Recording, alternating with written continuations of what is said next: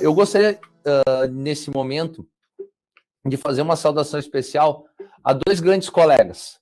Uma, na verdade, que é minha colega aqui no estado do Rio Grande do Sul, que nós fomos buscar de volta lá no Paraná, que é a doutora Maristela Schneider, e o doutor Décio Alonso Gomes, que a vida acadêmica me trouxe na amizade, mas não apenas só nisso, né? Ele é um grande professor e é uma das grandes fontes de referência que eu particularmente tenho nas minhas pesquisas nesta atividade que a gente tem, tanto lá no mundo acadêmico, como no mundo profissional.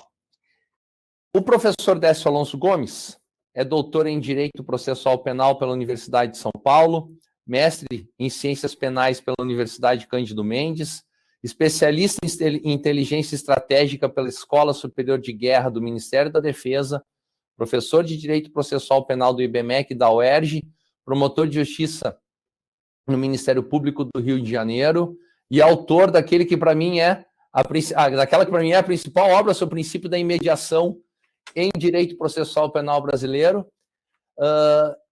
Imediação que, de uma certa forma, tem relação com o que a gente vai passar agora, se não no tema em concreto, mas porque é um dos princípios basilares do processo penal. E nós estamos discutindo hoje uma questão que vem da base do processo penal brasileiro. Mas já falo um pouco mais sobre isso. A doutora Maristela Schneider, promotora de justiça aqui no Rio Grande do Sul, como eu disse, já foi promotora de justiça no Paraná, e nós fizemos questão de venha, precisamos de ti aqui, precisamos da tua qualidade do teu trabalho. É pós-graduada em Direito Constitucional pela FMP, atualmente atua na primeira Promotoria de Justiça de Montenegro, já tendo atuado em Cachoeira do Sul e Triunfo, fica aqui o registro, em Cachoeira do Sul, Décio. Ela fez um trabalho que é referência internacional na área da proteção dos idosos, inclusive ela já palestrou fora do Brasil, ou para fora do Brasil, sobre este assunto. Também trabalhou, como eu disse, em Triunfo e aí no estado do Paraná. Nós estamos tratando aqui, o professor Décio escreve sobre o princípio da imediação, nós estamos falando hoje sobre um tema que é extremamente relevante, que é o reconhecimento fotográfico, e de uma certa forma, e aí vai a minha primeira impressão sobre isso, a partir da qual, melhor dizendo, eu vou passar a palavra aos colegas. Nós vivemos num mundo tão globalizado, quer dizer, tão ligado, interconectado ao celular, ao computador, aos contatos via determinados aplicativos, e nós olhamos tanto para a tecnologia, olhamos demais para a tecnologia, e de uma certa forma a gente esqueceu de olhar para o básico. Quando eu digo básico, é o Código Penal, o Código de Processo Penal é de 41. De 2019 para cá, o processo penal brasileiro tem passado por uma profunda mudança. Não só na legislação, e aí o pacote anticrime, que várias vezes já foi debatido e discutido em diversos ambientes, mas também a jurisprudência, especialmente no STJ, tem causado uma modificação e uma forma de novo olhar sobre o processo penal que tem impactado fortemente no nosso trabalho. Não vou aqui entrar no mérito das questões relacionadas às buscas e apreensões forçadas. Por quê? Além de ser um motivo de uma outra discussão, tanto o STF como o STJ ainda não alinharam posicionamentos. E, aliás, o STF está, em princípio, entendendo que determinados posicionamentos do STJ extrapolaram a função daquele tribunal. Porém, e aí hoje, no que diz respeito ao reconhecimento, nós já estamos começando a visualizar uma aproximação de entendimentos. Digo aproximação, porque eles ainda não estão na mesma sintonia, mas eles estão se aproximando. Vou deixar, obviamente, para que os colegas falem mais sobre isso depois, mas, sendo o reconhecimento, talvez um dos pontos mais importantes de uma persecução penal para nós dentro do Ministério Público, ele acabou sendo também um grande motivo de discussão e problemática dentro dos processos. Que fique só o registro para que todos saibam, nós estamos enfrentando já, na largada, em audiências de custódia, recebimentos de denúncia, problemas em relação a isso. E é por esta razão que resolvemos, então, propor ao CEAF a possibilidade de trazer aqui esse tema, trazer o professor Décio Alonso Gomes, a quem já tive a oportunidade de assistir uma palestra que é muito boa e muito enriquecedora sobre o tema, e trazer também a colega Maristela Schneider, que é uma colega que atua no Tribunal do Júri, que está na realidade do dia a dia, para falar um pouco também das percepções e das preocupações que partem aqui do Ministério Público do Rio Grande do Sul. Já encaminhando a palavra ao professor Décio, eu só quero deixar registrado para quem nos acompanha, que o nosso evento vai até às 11h45, porque a partir daí o doutor Décio tem os compromissos na cidade do Rio de Janeiro, com outro tráfego, com outras distâncias e uma realidade completamente diferente. E a gente precisa respeitar também as necessidades dos nossos participantes. Meu amigo Décio, é uma grande honra poder te encontrar mais uma vez, poder te ouvir de novo. A palavra está contigo. Bom, meu cordial bom dia. Primeiro eu quero me dirigir a Marta Beltrame. Doutora Marta, eu não sei se a senhora tem recordação disso, mas a última vez que eu estive, isso com certeza a senhora não sabe, mas a última vez que eu estive presencialmente em Porto Alegre foi a convite da senhora lá pela associação, o que muito bom, me deixa satisfeito, porque além de visitar uma cidade que eu amo de paixão, foi a grande oportunidade de rever os amigos, principalmente, né? Pude almoçar com Brandalize, almoçar aliás, conhecer pessoalmente o Eugênio Amorim, que está aqui assistindo a gente, né, que está acompanhando a gente aqui. Então, foi um motivo de grande satisfação e eu agradeço penhoradamente aquela oportunidade e, vez outra, essa aqui de poder conversar com diletos amigos e com uma instituição que eu respeito e admiro de paixão. Essa satisfação só se amplia, doutora Marta, com a oportunidade de conhecer pessoas que, tendo o referendo do Dr. Brandalize, como a doutora Maristela Schneider, só fazem alargar e aumentar a satisfação da minha intervenção aqui nesse momento, especialmente com um chimarrão no meio do caminho, né?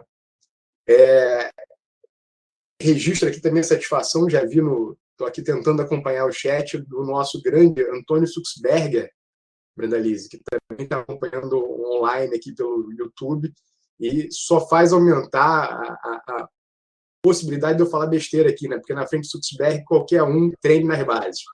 De resto, faço aqui o ritual de saudação e agradecimento a uma pessoa que, para mim, é referencial, passou o conceito de amigo, né? Passou o conceito de colega, né, parceiro de Ministério Público, que é o professor Rodrigo Brandalize, com quem aprendo diuturnamente, né?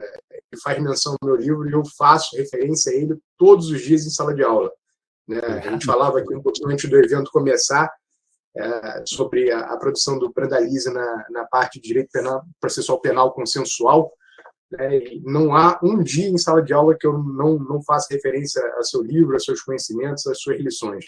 Então, obrigado. Hoje, mais do que a minha exposição aqui, é um dia de troca, um dia de grande alegria para mim. Vou arriscar aqui, né? Enfim, essas plataformas online exigem um pouquinho mais de conhecimento do que ligar e desligar o Windows, né? Eu queria fazer a transmissão, não sei se a equipe consegue marcar, de um vídeo, né? Estava previsto aqui no slide, mas eu sei que pelo formato que está aí não vai funcionar. Isso é um teste de atenção, tá? É um jogo de basquete de rua, dois times, um vestido de preto, outro vestido de branco, e vocês têm que acompanhar quantas vezes o time de branco passa a bola.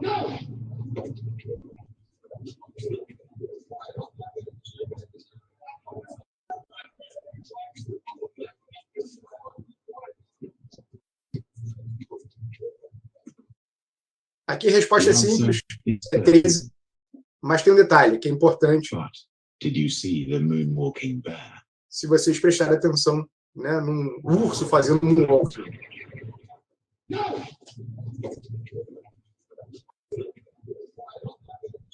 Agora, ao centro da tela, se vocês pararem de prestar atenção nas bolas, vocês vão ver o sujeito fantasiado de urso fazendo um moonwalk. A conclusão desse vídeo, pelo menos com o teste de atenção, é que é fácil perder a atenção quando você não está prestando atenção, né? Não focar quando você está prestando atenção naquele item. A provocação desse vídeo, na verdade, é para alertar, né? Daí a ideia do teste de atenção, para alertar que a nossa capacidade mental de foco, né, de atenção, ela nem sempre é difusa, né? Raras são as pessoas que conseguem prestar atenção de maneira difusa em detalhes. E esse vídeo é muito expressivo, porque faz, aqui no Rio a gente vai chamar, né, Brandelise, de esculacho, né? Ele coloca na nossa cara um sujeito fazendo um moonwalk vestido de urso e boa parte das pessoas que assistem esse vídeo pela primeira vez simplesmente ignora essa passagem porque está focado na troca de bolas do time branco, que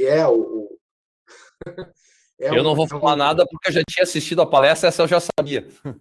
Pois é, mas assim, esse vídeo ele tem variações. Se eu perguntar para vocês quantas vezes o time de preto fez o passe de bola, vocês também não sabem, porque não estavam prestando atenção.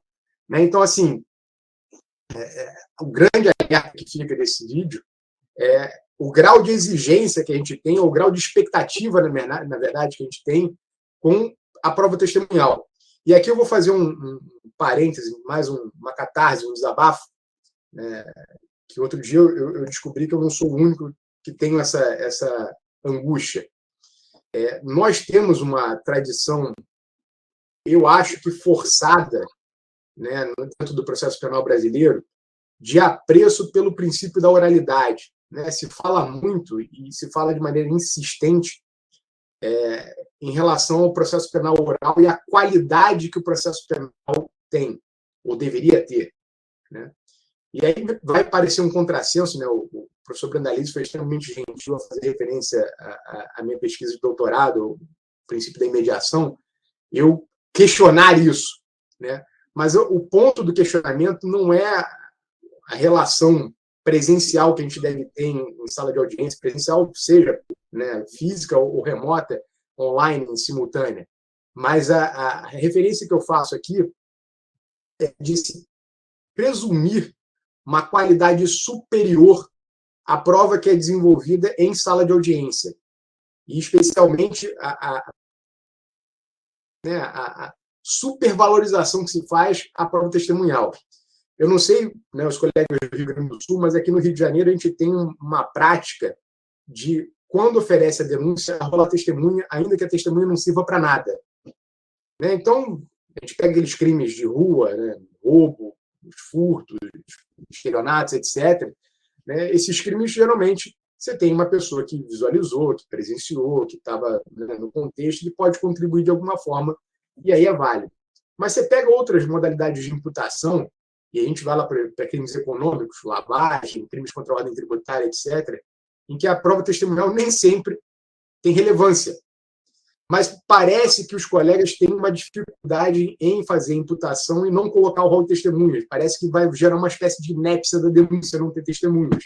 Quando a gente sabe que o 41 não exige, né, o 41 do CPP não exige como requisito para oferecimento de denúncia o rol de testemunhas. Né? E aí o que acontece se força a realização de uma prova que a gente sabe que tem uma qualidade sempre duvidosa. Eu ontem conversava com os meus alunos lá da UERJ, né, especialmente sobre a prova testemunhal, e mencionava assim, 4 cenários abstratos são sempre possíveis na prova testemunhal. Né? O primeiro é que a testemunha sente ali e fale a verdade. Só que a verdade ela deve ser entendida nesse contexto específico da intervenção humana como o que foi capaz de aprender e o que ele é capaz de reproduzir. Né? Então, aqui, por exemplo, com essa brincadeira do teste de atenção, a gente já chegaria à conclusão que a qualidade do que eu consigo reproduzir é limitadíssima.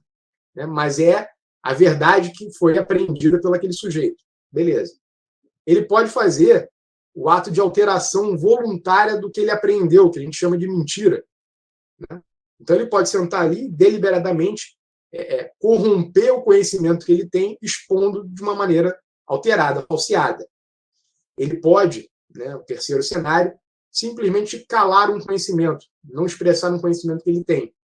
Para fins legais, jurídico-penais, né, tanto a alteração voluntária quanto calar a verdade constituem a mesma conduta que é o falso testemunho. Só que a gente já tem um quarto cenário possível, que é o de alteração involuntária do seu conhecimento, né, que é o que a gente convencionou chamar aqui de falsas memórias. Então, o sujeito acredita que está falando um conhecimento que corresponde à realidade, quando, na verdade, né, não tem correspondência real. Esses cenários transferem à prova testemunhal uma baixa qualidade probatória que é inominável, até porque nas técnicas usuais de inquirição em juízo, né, no nosso cotidiano de vara criminal, de tribunal do júri, etc., afastar, por exemplo, a falsa memória é um desafio hercúleo. Né? Conseguir comprovar que a testemunha está mentindo já é um desafio razoável. Né? E cito aqui mais uma vez o nosso grande gênio. Na confrontação ali no tribunal do júri, no plenário, inquirindo uma testemunha, você consegue revelar isso. Agora, a falsa memória é de uma dificuldade atroz revelar. E aí, nós seguimos esse esforço de desafios, né, fazendo outras proposições aqui para vocês. Né? Então, a primeira delas é isso. Se eu perguntar para a audiência o que está expresso dentro desse quadrado preto aqui, né, na tela, eu vou ter possivelmente variações. Né? Alguém vai ver um B, alguém vai ver um 13, outra pessoa pode ver um símbolo de uma mercadoria qualquer. Né? E essa imagem aqui, ela acaba sendo influenciada pelo contexto no qual ela está inserida. Se eu prosseguir um pouco mais na apresentação, aliás, não vai, porque são um slide, né? Mas se eu seguir e acrescentar aqui em cima a letra A e aqui em cima a letra B, eu determino para vocês que isso aqui é uma sequência de letras. Se em contrapartida eu colocar aqui um 12 e aqui um 14, eu vou confundi-los novamente e chegar à conclusão de que isso aqui são números. Então, na verdade, a minha percepção também é afetada pelo contexto. Minha percepção também é afetada pela perspectiva. Né?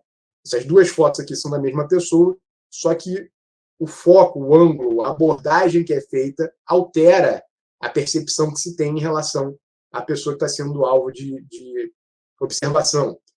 A mesma coisa acontece, por exemplo, com a questão da proporção. Né? Também aqui eu tenho a foto da mesmíssima pessoa, e por conta do ângulo, da proximidade da câmera, até o material que é utilizado, né, o equipamento que é utilizado para captar a imagem, nós temos alterações sensíveis no que vai ser feito, no que vai ser trabalhado. Esse aqui fica uma proposição para quem está acompanhando, né, depois se o pessoal da equipe de apoio puder colocar no chat, né, esse link aí para o Super Recognizers, né, é uma plataforma de acesso aberto, em que ele recruta super reconhecedores, né, que é um negócio interessante. Ele estabelece um desafio, né, ele pergunta se você é um super reconhecedor, e aí ele começa a fazer uma escala de apresentação de situações que você deve reconhecer determinados sujeitos. Ele apresenta a foto, depois faz como se fosse aquele reconhecimento policial que a gente vê em filme, né, uma série de imagens espalhadas. Só que ele começa a alterar velocidade, de tempo de exposição da imagem que você deve reconhecer e tempo de exposição da imagem para reconhecimento. Né? Ele altera a localização, né, a posição do sujeito, então ele apresenta uma foto do sujeito de frente, depois manda você reconhecer o cara de lado, etc. Então ele vai fazendo variações para testar a sua capacidade de reconhecimento. Ao final, né, e é uma mera provocação, mas ao final, se você alcançar um índice X, ele te dá o título de super reconhecedor e você pode ser recrutado por essa organização para trabalhar com reconhecimentos em outros campos. Né? Então, isso aqui é um passo preliminar para uma outra função que ele desenvolve. De tempos em tempos, eles mandam um teste para que você possa fazer o reconhecimento de diversas figuras. E, antes de entrar efetivamente na questão central aqui que a gente vai conversar, vem um último desafio para a gente aqui, que é um desafio da modernidade, como o professor Brandalize falou na introdução do tema. Hoje, né, praticamente todo mundo está exposto a esse tipo de software, esse tipo de equipamento aqui, que é o reconhecimento facial. Eu, por exemplo, o aparelho que eu tenho de celular, no momento que eu posiciono ele no meu rosto, ele já destrava, porque ele faz exatamente isso que está na tela, ele transforma essa expressão horrorosa aqui em algoritmos. Esses algoritmos já estão cadastrados no meu banco de dados e ele sabe que sou eu e abre o aplicativo.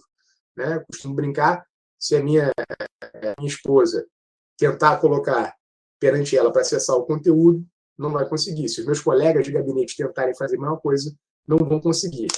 E detalhes, né, que para mim são mágicas, se exibir uma foto minha, né, perante o celular consegue reconhecer que aquilo não é uma imagem real e também não abre, né? Então, essa questão dos algoritmos, da programação dos algoritmos, é uma questão, no meu parco conhecimento, que vai muito além dos meus domínios.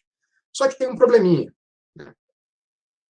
Falei em programação, falei em algoritmos, esse cálculo é feito por um ser humano, né? Alguém lá, no meu caso aqui na Apple, desenhou esse algoritmo para que ele reconheça só o proprietário cadastrado, né? Todas essas programações no banco, né, nos estádios, né? Eu sei que o Brandalize também já trabalhou com juizado torcedor e grandes eventos, né, etc. Todos esses algoritmos, eles passam por uma programação prévia. E aí, uma coisa que eu gosto sempre de falar, né, o Suxberg pode me corrigir se eu estiver errado, mas essas técnicas, geralmente, que a gente utiliza, as técnicas chamadas técnicas especiais, né, dentro do processo penal, geralmente têm origem na área militar. Né? Funciona assim com colaboração, funciona assim com interceptação, funciona assim com outras técnicas especiais de investigação. E o algoritmo, né, esse reconhecimento por algoritmo, esse reconhecimento chamar agora de eletrônico, também tem origem lá. E a gente não aprende com os erros, esse é o grande problema, né? Se a gente pegar a história do reconhecimento militar, a gente vai ver que as primeiras missões que foram realizadas se valendo desse recurso foram missões frustradas. Por quê? A aplicação que se fez para esse tipo de equipamento, qual foi? Em vez de você mandar a infantaria avançar, né, que pode ter baixas, confronto, etc., você, hoje, se valendo dos recursos que tem, faz um reconhecimento aeroespacial com drone, com vante, né, com equipamento que não envolva a vida humana, né, e despeja aquilo na frente para fazer a varredura. Na primeira vez que isso foi feito, né, voltou com a informação de que o campo está aberto, não tem resistência, né, não tem barreira de resistência, nossa infantaria pode avançar. A infantaria avançou e foi dizimada. Por quê? Qual foi o erro? Né? O treino do software foi feito na selva. Então, quando se estabeleceu o algoritmo, o desafio do algoritmo era localizar equipamentos no meio de folhagem verde. Só que na hora de fazer o desempenho correto, isso foi feito no deserto, né? E muda o padrão que é utilizado pelo algoritmo. O resultado é que a máquina, né, o software, não conseguiu reconhecer os equipamentos, né, naquelas, eles chamam de TAN, né, aquelas cores areia, bege, etc. E o resultado foi a tropa foi alvejada. Essa mesma coisa com neve, essa mesma coisa acontece com meio líquido, né, esse mesmo erro do algoritmo acontece. Por quê? Porque o programador precisa estar preparado para a variação de cenários. Na nossa realidade do reconhecimento aqui, qual foi o grande problema que nós temos enfrentado na partida do uso desse software? É a questão do que se convencionou chamar do preconceito do algoritmo, né? Que é o programador, quando faz, né, a conta inicial, ele coloca uma programação que confunde determinadas etnias, confunde determinadas raças. Ele simplesmente não consegue fazer a distinção entre um sujeito e outro de uma determinada etnia ou entre um sujeito e outro de uma determinada raça. E o que tem acontecido, que é o que tem ganhado os noticiários, é a quantidade absurda de condenações, prisões ou processos equivocadamente disparados em face de negros, porque o software não consegue fazer a distinção entre uma pessoa e outra.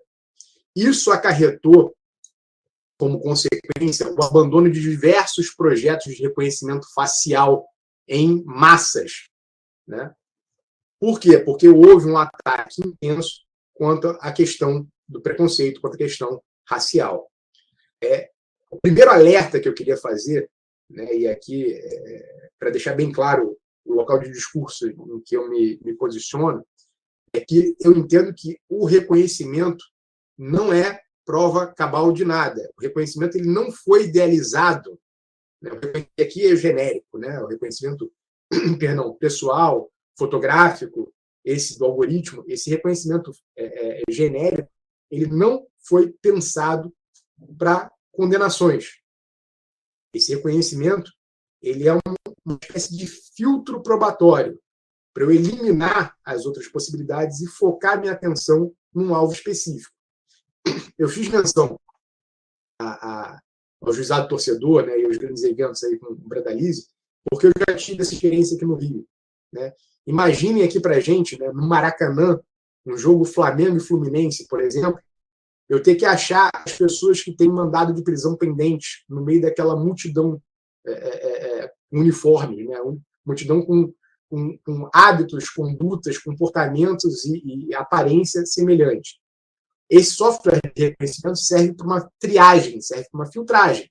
Eu vou separar aquele grupo e, a partir da identificação de grupo de pessoas que são possíveis, né, de interesse à minha persecução, eu vou fazer outras modalidades probatórias, vou adotar outras modalidades probatórias para chegar à determinação da minha autoria.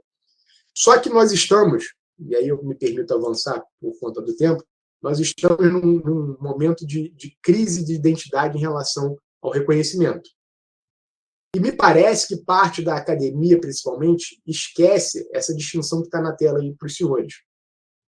Esquece a distinção entre validade da prova, ou admissibilidade da prova, e credibilidade, confiança ou fiabilidade da prova. São duas realidades que são tangentes, mas que são de preocupações e eficácias distintas. Quando eu falo sobre admissibilidade ou validade, eu estou falando se a prova pode ou não ser utilizada, ainda que genericamente, abstratamente.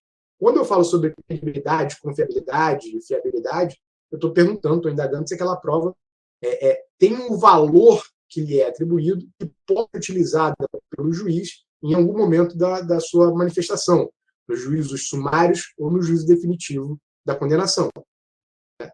Então, o que tem acontecido, e me parece que é equivocado, é que parte, né, da academia, a partir da manifestação da STJ, e boa parte dos juízes hoje em dia tem vacilado nesse ponto aqui, porque eles entendem que a prova não é mais válida, quando, na verdade, a prova, o reconhecimento é uma prova disponível, é uma prova, na verdade, típica, né, com previsão legal expressa lá no 226 do Código de Processo Penal, e, portanto, ela pode ser utilizada. A forma como ela vem sendo praticada é que pode ser questionada, mas isso é um segundo momento. O alerta que eu faço aqui é negar a partida a possibilidade da utilização do reconhecimento é extirpar o Código de Processo Penal e deixar manietar a atividade persecutória.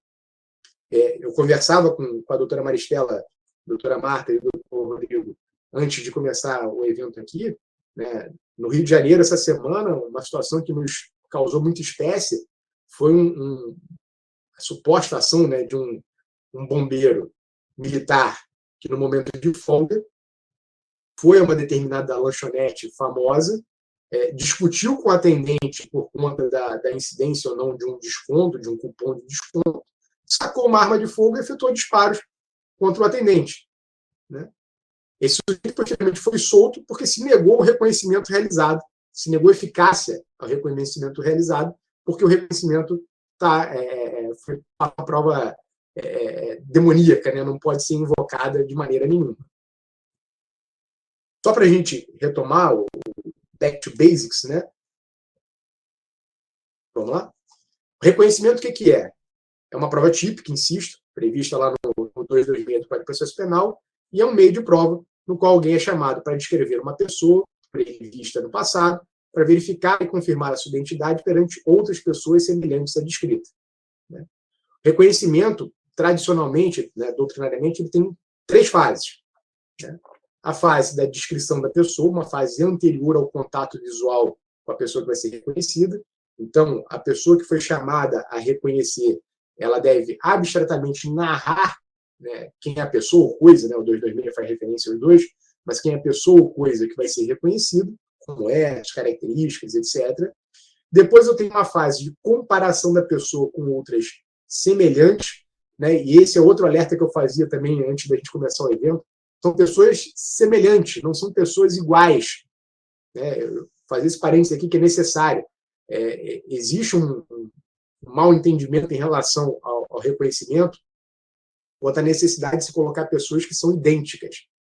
Pessoas que são idênticas, qualquer uma que seja reconhecida já é o suficiente.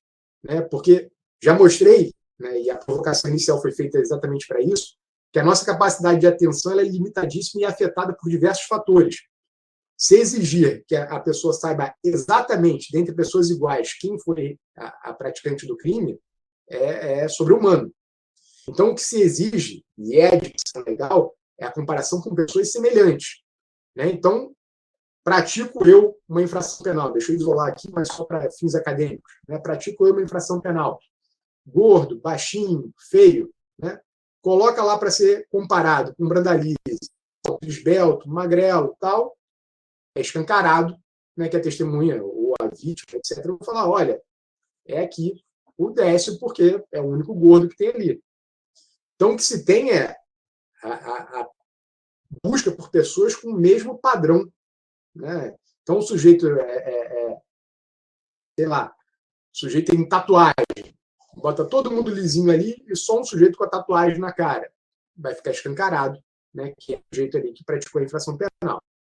Última etapa e última fase é a questão da indicação da pessoa a ser reconhecida, ou seja, ultrapassada a descrição, ultrapassada a comparação, a pessoa vai indicar, vai selecionar uma determinada pessoa e aquilo, né, vai ser lançado em ata ou filmado.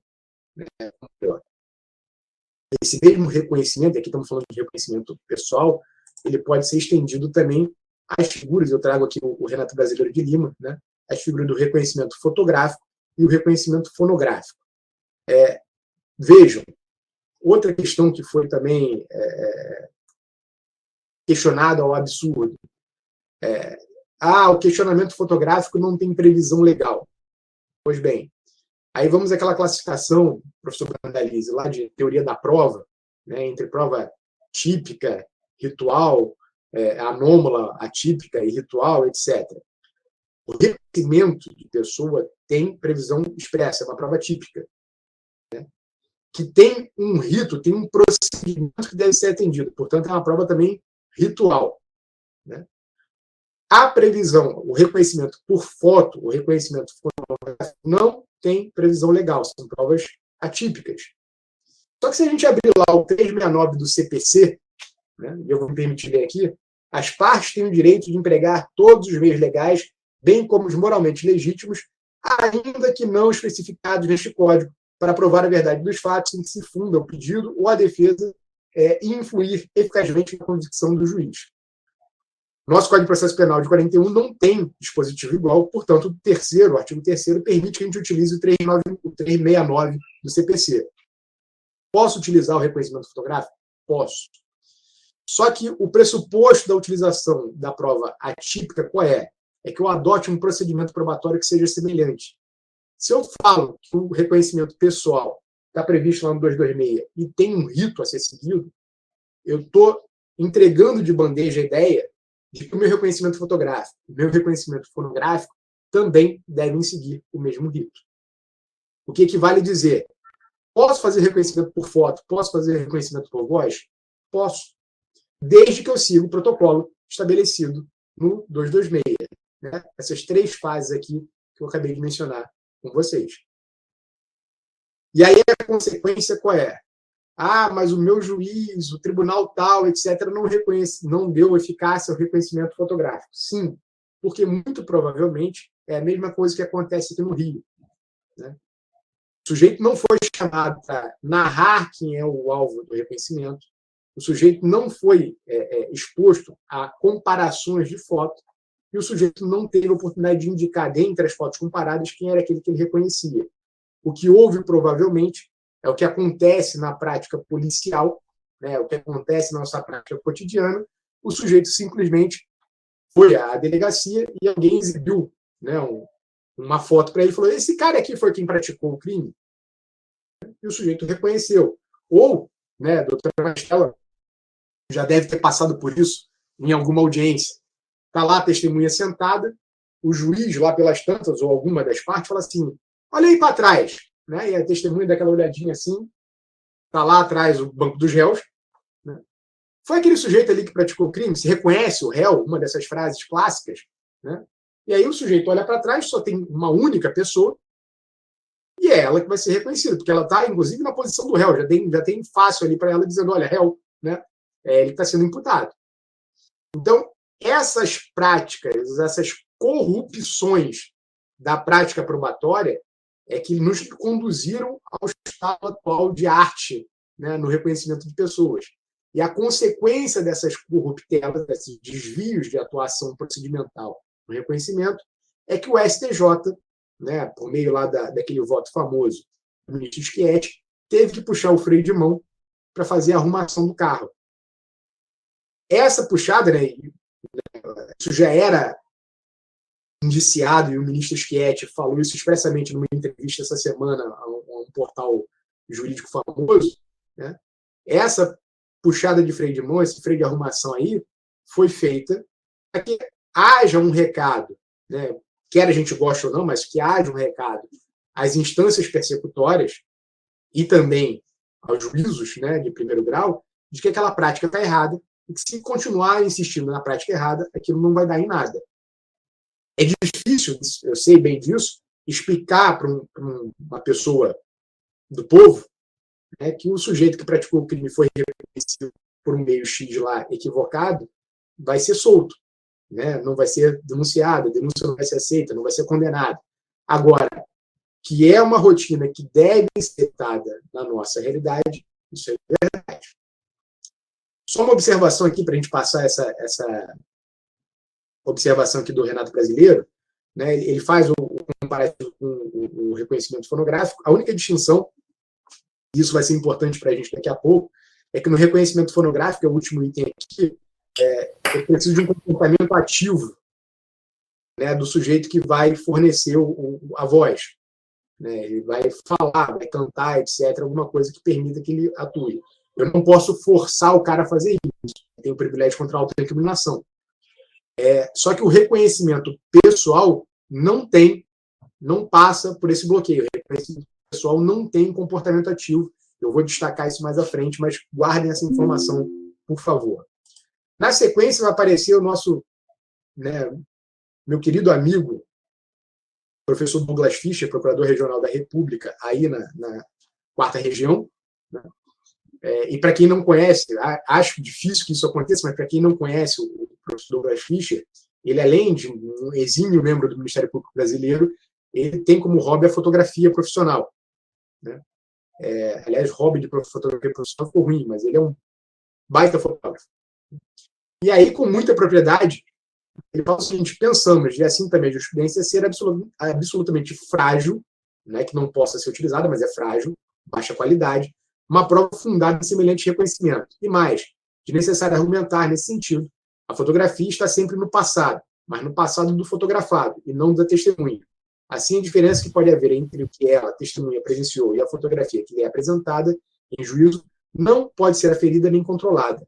Condições do tempo, clima, da máquina fotográfica, da pose fotografada e, enfim, a diversidade entre o real, o passado da foto e o passado da memória do testemunho recomendam a imprestabilidade de semelhante meio de prova. Eu já avanço em relação a esse tema. Só fazer aqui um novo parêntese. Né? Não sei quem gosta de assistir séries aí. Existe uma série disponível na Netflix que se chama Line of Duty, né?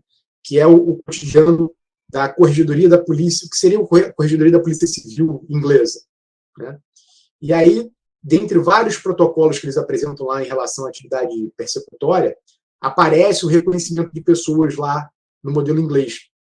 E aí, um detalhe que é muito importante é o seguinte: o reconhecimento lá, ele não pode envolver pessoas que estejam trabalhando na persecução penal.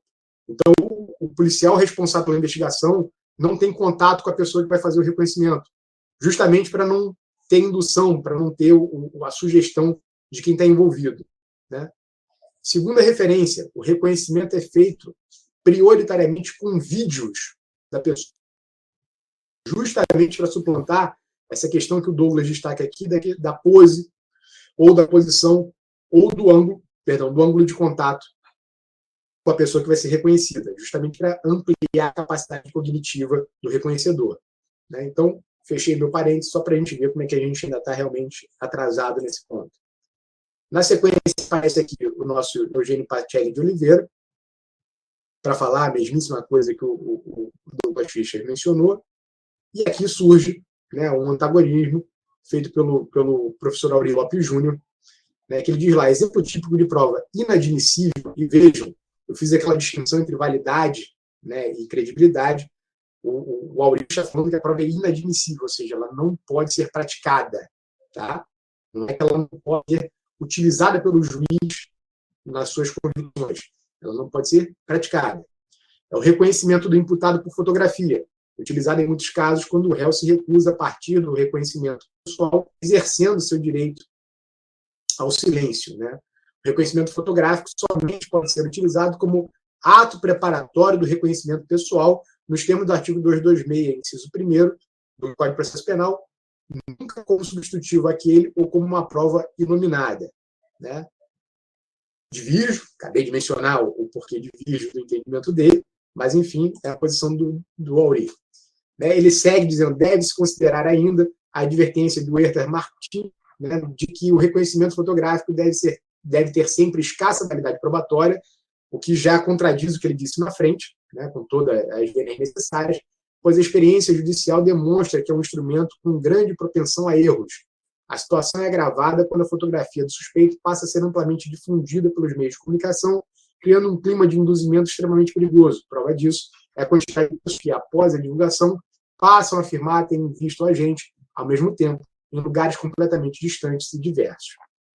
Ele coloca o seguinte, nosso objetivo, né, e isso é na obra dele, nosso objetivo não é apontar soluções, até porque não existem soluções simples para problemas complexos, pois isso demandaria um amplo estudo interdisciplinar para muito além do saber jurídico, mas problematizar para despertar a consciência do imenso perigo que encerra o reconhecimento, pois, da mesma forma que a prova testemunhal é de pouquíssima confiabilidade. Eu tenho uma resistência muito grande a essa passagem, né? O professor Aurí, utilizo, né, os ensinamentos dele no meu cotidiano, mas tem uma resistência muito grande a essa passagem do livro dele, porque me parece que a finalidade da doutrina é justamente solver problemas. Né? Os problemas vão aparecer no nosso cotidiano e a doutrina tem que pesquisar e tem que apresentar problemas. Aliás, apresentar as soluções, o ato falho. Né? Dizer que aquele problema é insolúvel e simplesmente dizer que a prova é imprestável, para a gente não serve. Né? É dizer que, olha, pode praticar crimes de determinada modalidade assim, porque isso vai estar blindado. Tá?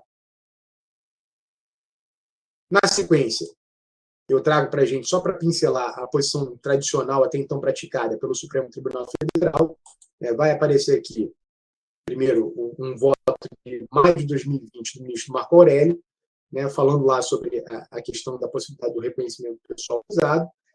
O reconhecimento fotográfico de decisão condenatória por si só nunca foi validado, né, sempre teve grande resistência nos tribunais superiores. O ministro Alexandre de Moraes, numa decisão de outubro de 2018, com a mesma situação, o agravo regimental no HC 160.842, mencionando também a possibilidade de utilização do reconhecimento, seja pessoal, seja por foto. Né? O ministro Lewandowski, num voto de agosto de 2011, no HC 107.437, dizendo que o reconhecimento fotográfico feito inicialmente no inquérito policial e depois em juízo foi corroborado pelas demais evidências escolhidas no transcorrer da ação penal, especialmente pela confissão de todos os envolvidos na prática delituosa e pela falta de do veículo roubado. Né? Então, tendo reconhecimento fotográfico, tendo outras provas, tudo certo. Ministra Rosa Weber, decisão de agosto de 2015, consoante jurisprudência do Supremo Tribunal Federal, o artigo 226 do Código de Processo Penal, não exige, mas recomenda a colocação de outras pessoas junto ao acusado, devendo tal procedimento ser observado sempre que possível. Na sequência, posicionamento também tradicional do STJ. O ministro Nefe Cordeiro, decisão de fevereiro de 2021, e essa decisão aqui, a data dela é curiosa, né, porque ela é posterior ao turnover feito pelo próprio STJ, mas, enfim, o ministro Neff Cordeiro, reconhecendo também a possibilidade de utilização do reconhecimento fotográfico, a desnecessidade de observação integral do procedimento 226, toda a jurisprudência que era utilizada tanto pelo Supremo como pelo STJ. Né? Aqui, o ministro da mesmíssima coisa. O ministro, mais uma vez, o Neff Cordeiro, falando que esse tribunal já entendeu que o decreto condenatório é resultado de um processo calcado nas garantias do contraditório pela defesa, sendo comprovada a prática do delito por meio de reconhecimento fotográfico, confissão do réu, pluralidade de provas aliado ao reconhecimento fotográfico. O ministro Sebastião Reis Júnior, mesmíssima coisa, também conferindo a possibilidade de utilização, desde que não seja de maneira isolada, de maneira singular, até que vem, o que é o motivo da nossa reunião aqui principal, até que vem o STJ com o HC 598-886 de Santa Catarina. Qual foi o grande destaque desse HC? O ministro Rogério Schietti, e eu falava aqui da data, vejam, a data anterior àquele voto do ministro Neff Cordeiro, em outubro de 2020, ele reformulou, fez o que eu gosto de chamar de turnover, a posição do STJ em relação à utilização do reconhecimento fotográfico. Qual foi a nova posição externada? Ele coloca lá, o reconhecimento de pessoas deve observar o procedimento previsto no artigo 226 do Código de Processo Penal, cujas formalidades constituem garantia mínima para quem se encontra na condição de suspeito da prática de um crime. 2. À vista dos efeitos e dos riscos de um reconhecimento falho, a inobservância do procedimento descrito na referida norma processual torna inválido o reconhecimento da pessoa suspeita e não poderá servir de lastro à eventual condenação, mesmo se confirmado o reconhecimento em juízo. 3. Pode o magistrado realizar, em juízo, o ato de reconhecimento formal, desde que observado o devido procedimento probatório, bem como ele se convencer da autoria delitiva a partir do exame de outras provas que não guardem relação de causa e efeito com o ato viciado de reconhecimento. 4. Reconhecimento de suspeito por simples exibição de fotografia ou fotografias ao reconhecedor, a par de dever seguir o mesmo procedimento do reconhecimento pessoal, há de ser visto como uma etapa antecedente a eventual reconhecimento pessoal e, portanto, não pode servir como prova em ação penal, ainda que confirmada em juízo. Resumo da posição do ministro Schietti reconhecimento pessoal precisa seguir o rito do 226 e 2. Se houver reconhecimento fotográfico, ele adota expressamente a posição do professor Aurélio Lopes Júnior, que eu mencionei, de que aquilo é uma prova preparatória, uma pré-prova, na verdade, uma prova preparatória do reconhecimento pessoal. Guardem, por favor, essa informação, porque ela foi afetada posteriormente pelo Supremo Tribunal Federal. Nesse voto do HC 598-886, o ministro Neff Cordeiro ainda apresentou uma divergência, não foi por maioria, mas as contadas, atualmente, é a posição consolidada da terceira sessão do Superior Tribunal de Justiça. Nosso grande calcanhar de Aquiles aqui, na verdade, na conversa, é esse recurso em habeas corpus 206-846 de São Paulo, quando o Supremo avocou para si esse debate, e o ministro Gilmar Mendes reformulou a posição do Supremo, eu mencionei ali a posição do Supremo para todos, ele reformulou a posição do Supremo, encampando as ideias externadas no HC do ministro Rogério Schietti, mas dando um passo além. No voto do ministro Schietti, ele faz referência expressa a se a coisa for mal conduzida em sede policial, em sede de investigação preliminar, mas o juiz, audiência, faz o reconhecimento, procede o reconhecimento e se o protocolo do artigo 226, legal, essa prova pode ser utilizada por ele para a formação do seu convencimento.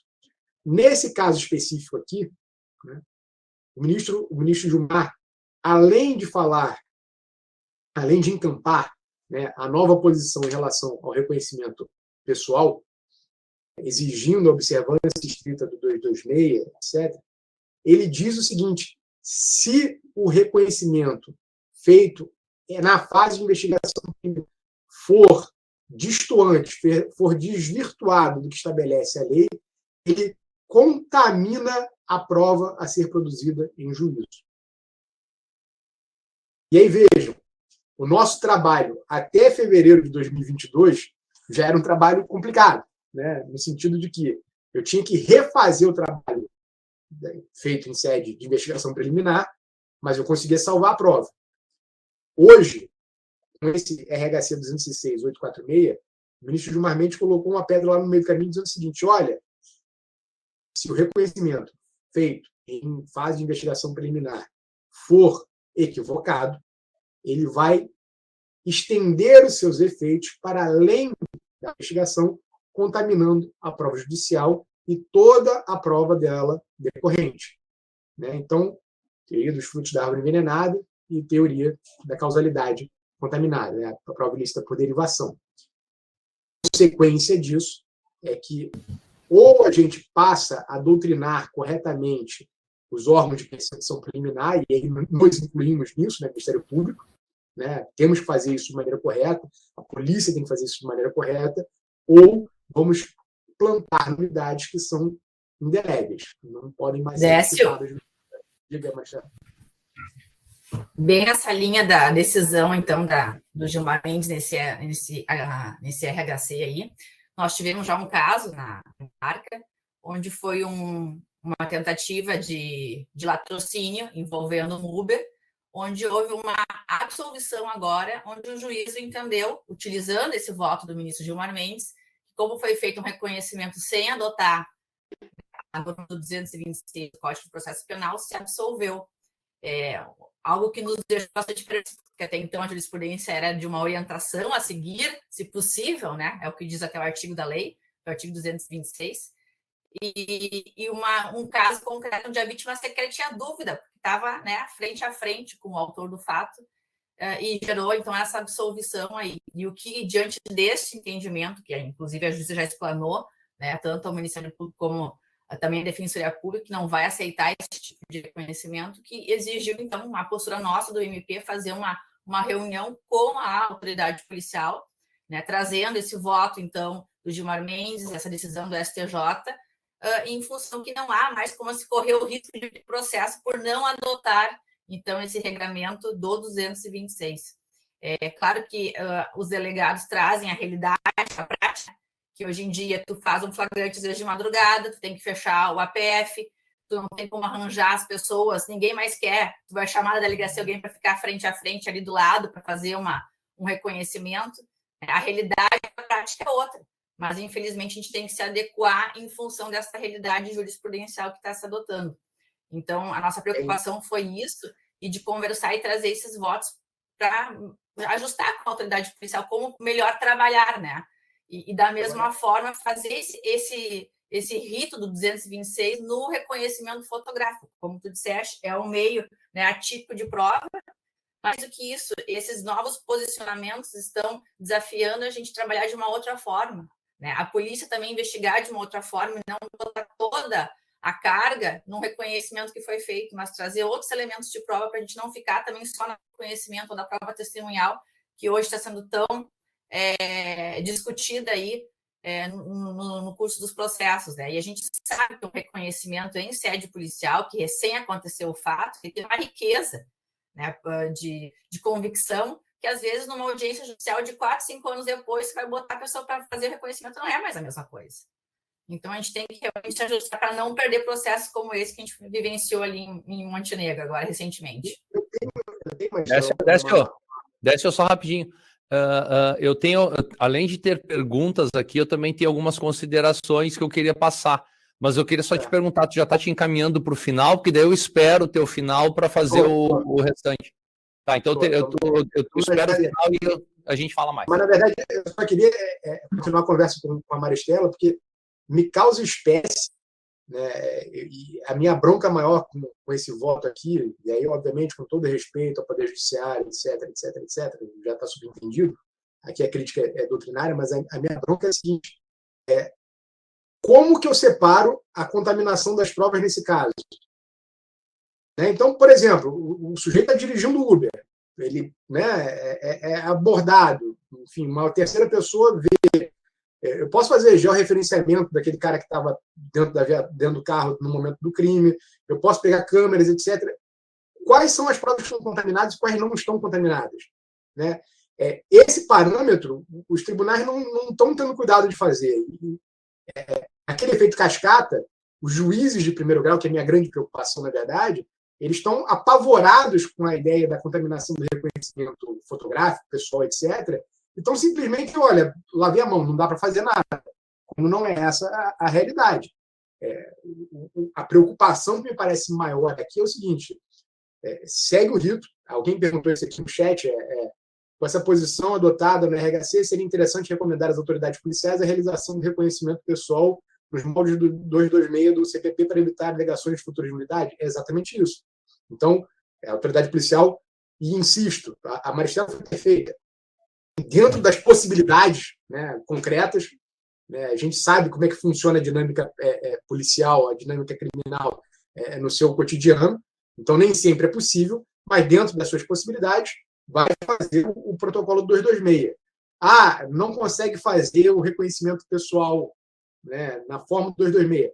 Faz o fotográfico, o presidente do Schietti faz o fotográfico, com pluralidade de fotos, com a descrição do sujeito a ser reconhecido, etc., e reserva o reconhecimento pessoal para a fase em juízo. Né? Evita a contaminação, evita levantar uma pecha para a contaminação.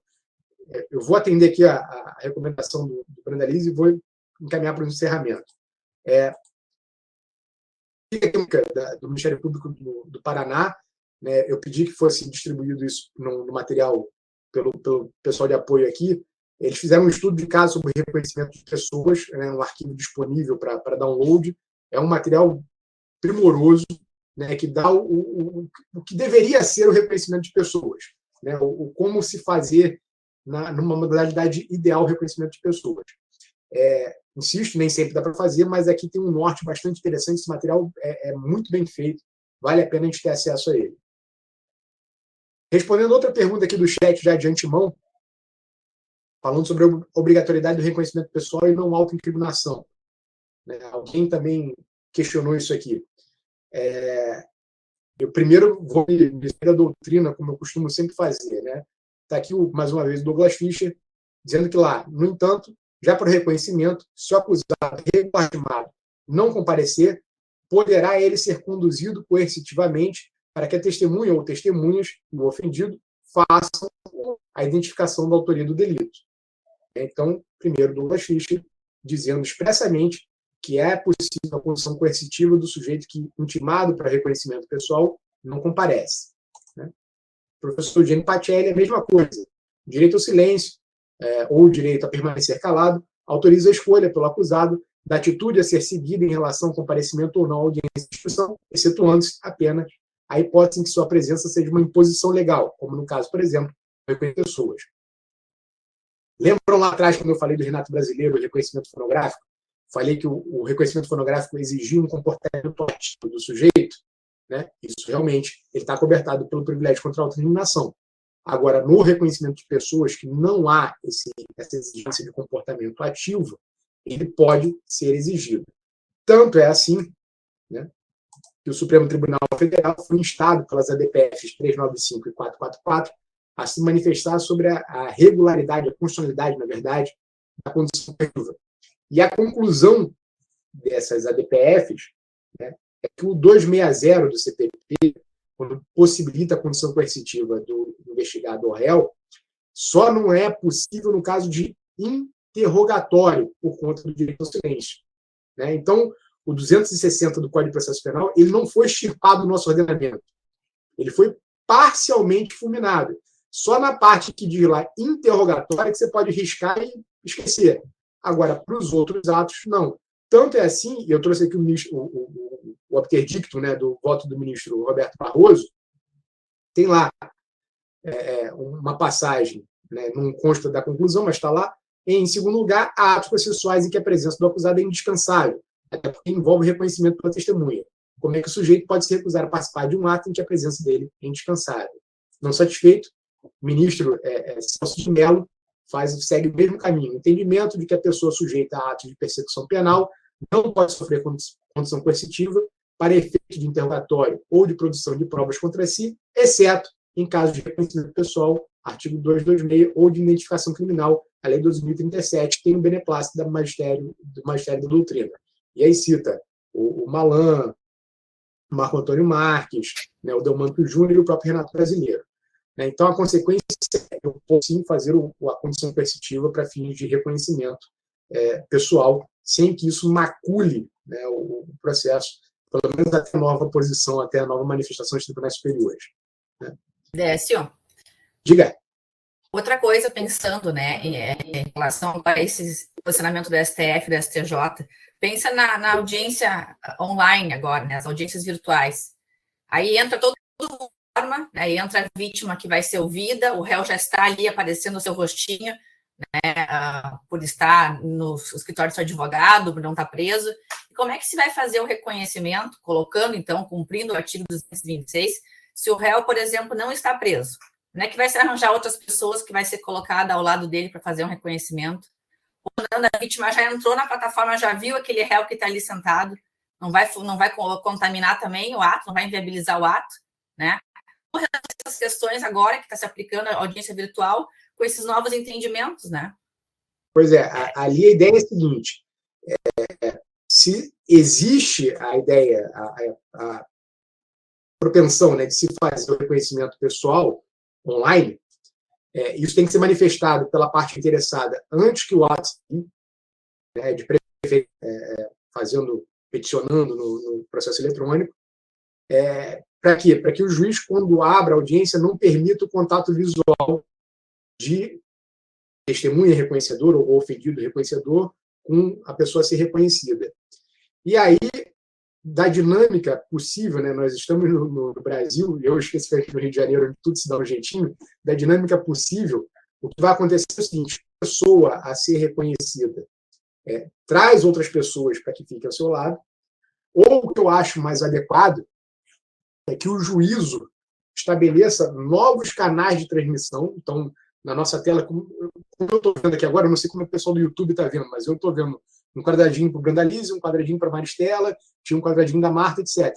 O juízo deveria disponibilizar um quadradinho para cada pessoa a ser reconhecida e multiplicar as imagens na tela para que o reconhecedor possa escolher uma das imagens. O reconhecimento pessoal virtual seguiria dessa forma, com cada um com seu canal de transmissão para evitar a confusão. Eu mencionava também, né, a gente conversou antes de começar o evento, aqui no Rio tem uma determinada defensora que faz isso.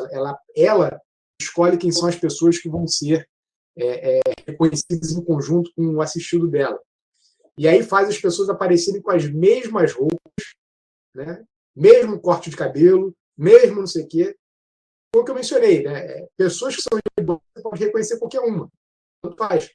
Né? Seria a situação esdrúxula de um reconhecimento pessoal entre irmãos gêmeos. Você consegue identificar o sujeito. Agora, quem é A, quem é B, é a instrução processual que tem que dizer. Né? Só para a gente terminar. Por isso que a gente tem que se preocupar em não colocar toda a valorização da prova neste único ato de reconhecimento, né? Porque, veja, eu estou assistindo vocês aqui, o rosto de vocês é uma telinha pequena, né? Tu imagina, a mesma crítica que se faz ao reconhecimento por fotografia, que se pega de um ângulo, né, conforme a luz e tudo mais, é a mesma dificuldade de fazer um reconhecimento virtual de uma imagem pequena numa tela de computador.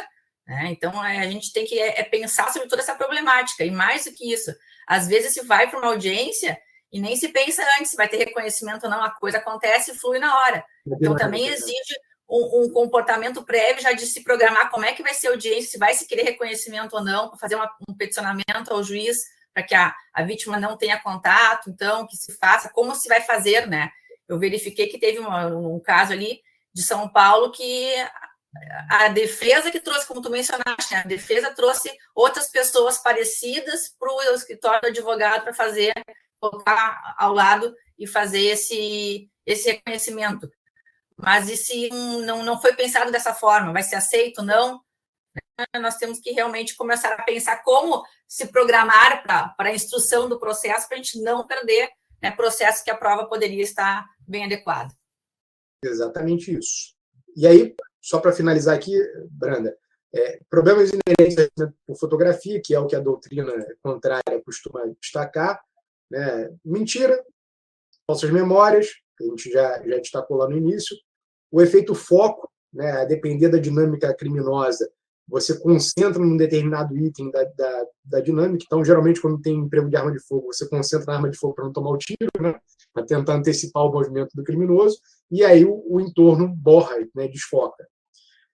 Expectativa da testemunha ou da vítima, os estereótipos culturais, né? Aqui no Rio de Janeiro sofremos reiteradamente aquele negócio, tá com a camisa do Flamengo, né? Então já é meio passo para você ser reconhecido, e eu destaco aqui logo que eu sou flamenguista, né? Transferência inconsciente, reconhecimento de pessoa que não estava na proximidade, que não estava na dinâmica, mas foi alvo de captura imagética, né, por parte do sujeito que vai reconhecer. O efeito compromisso, de ordem psicológica, o sujeito que fez um reconhecimento tende a repetir o reconhecimento para honrar aquilo que ele mesmo já mencionou, e forma de condução e montagem do reconhecimento, que também podem influenciar, né? Foi o destaque que eu fiz em relação ao reconhecimento feito no direito inglês. O último item aqui, as práticas relacionadas ao reconhecimento pessoal ou por fotografia. Cuidado, por favor, né? Naquela obra lá que eu mencionei, que critica o uso do reconhecimento, também se critica a forma como o reconhecimento é feito no CPP, né? O CPP diz, vou narrar quem é, vou fazer a escolha entre pessoas, vou fazer a observação entre pessoas disponíveis e vou fazer a escolha. 3 fases, né? Existe um questionamento doutrinário sobre a inadequação do reconhecimento simultâneo, que é esse, o que a gente chama de line-up, né? As pessoas são colocadas lado a lado uma da outra e o sujeito observa e depois escolhe uma delas. Existe uma tentativa de imposição do reconhecimento sucessivo. Em vez do line-up, no simultâneo, o sucessivo seria o show-up, né? Eu exibo uma pessoa e o sujeito tem que reconhecer se ela ou não. Se não reconhecer, está descartado, eu exibo outra pessoa. Qual é a diferença concreta entre um e outro aqui? No simultâneo, no line-up, eu posso comparar as pessoas que estão no meu campo de observação, né? Então, eu posso simplesmente olhar aquele, esse parece, vou naquela tabela entre um e o outro e escolho o que eu quero, né? No show-up, no sucessivo, eu tenho que exibir e escolher. Se eu descartar, aquele cara está excluído para sempre. Então, se você tem dúvida a respeito do cara e não escolhe, você pode chegar ao final da sucessão e não escolher ninguém. E aí frustra aquele meio de prova. Vejam, o nosso modelo, eu acho que é o modelo mais leal para a pessoa que está reconhecendo, justamente por conta das dificuldades desse próprio processo de reconhecimento, né? E a última sugestão que é feita, que é genial, é a retirada dos reconhecimento com distratores, né? Qual é a justificativa que se dá para isso? O que são os distratores? É simplesmente não colocar o sujeito que está sendo acusado dentre as opções possíveis. Eu faço um line-up, eu faço uma sucessão de reconhecimento sem o réu, sem o investigado. Para testar a vítima, para testar a testemunha, se ela é capaz de reconhecer ou não. E aqui seria uma prova negativa, né? Se ela não reconhecer ninguém, é sinal de que aquele cara tem alguma responsabilidade. Não consigo concluir dessa forma, né? Mas no nosso modelo, insisto, para que não fique qualquer dúvida, nosso modelo adota o line-up, o reconhecimento simultâneo, sem distratores, né? O sujeito a ser reconhecido tem que estar dentre aqueles dispostos. Só para a gente fechar aqui, 2 itens, né? Esse aqui é o protocolo de boas práticas, esse material está à disposição do CEAF, tá? Mas é um resumo daquilo que o Ministério Público do Paraná colocou naquele livro. Então, como fazer o reconhecimento. Quem lê o livro, quem tiver acesso aqui a esse material, já tem o resumo feito. E a última provocação que eu faço, né, a questão do álbum policial e a necessidade de recursos a fontes abertas. O Douglas, lá naquela menção, Douglas Fischer, naquela menção que ele fez lá atrás, ele diz, olha, a fotografia tem um problema, ela é um momento estanque do sujeito, né? Geralmente um momento estanque do passado. Eu, quando trabalhei aqui na auditoria militar, eu tinha muito esse problema, né? A foto que a gente tinha do cadastro do policial militar, do bombeiro militar, é quando ele foi recrutado, né? Então, o sujeito lá desnutrido, magrelo, etc. Aí o cara já é 3º sargento, o cara é subtenente, o cara é major, né? Tem anos e anos de caserna. não corresponde mais àquela foto. E aí a provocação que fica aqui é exatamente essa. Essas imagens que eu exposto para vocês são imagens de uma mesma pessoa. E cada imagem dessa, né, ele está com uma apresentação distinta. Portanto, esse álbum policial, além de todo aquele debate em relação a como as fotos foram reunidas, né, que é uma outra conversa, ele tem esse problema da foto estanque. E hoje, da imagem estanque, né? E hoje a gente tem o recurso a fontes abertas. Né? Eu consigo pesquisar, na maioria dos casos, imagem da pessoa ao longo do tempo. Né? Se eu fosse dar essa palestra há 4 anos atrás, né, vocês me veriam ocupando praticamente esse quadrado todo aqui que eu estou, porque eu era 30 quilos mais gordo do que eu sou hoje. Né? Então, a minha foto de 2017 é uma, a minha foto de 2022 é outra. E aí, acessando fontes abertas, né, os disponíveis em qualquer meio, eu consigo uma imagem superior àquilo que os álbuns policiais costumam apresentar. Meus amigos, desculpe a extensão do fã, né, mas é um tema que realmente me empolga, é um tema que acho que tem bastante pontos a serem questionados, e eu devolvo a palavra à direção dos trabalhos aí, agradecendo mais uma vez o convite, agradecendo especialmente essa participação maciça que eu vi aqui no chat, que eu não tive condição de responder a todos. Né? Muito obrigado pelo convite, é um privilégio sempre ter contato com o Ministério Público do Rio Grande do Sul, privilégio hoje ainda maior por ter a parceria do meu irmão Brandalize e a possibilidade de conhecer a doutora Maristela, que é além de um encanto, eu sei que é uma pessoa extremamente combativa, como eu tenho notícias. Muito obrigado. Bom, meu amigo Marechal, Décio Alonso Gomes, a satisfação é nossa. Acho que a tua apresentação bem justifica do porquê o convite de tu estares aqui. Tu fazes uma abordagem bastante interdisciplinar, não meramente jurídica, acerca do tema, e esse é um ponto extremamente importante, porque nós lidamos não apenas com o direito, mas com as percepções humanas e as falhas das percepções. E esse é o grande detalhe da tua apresentação.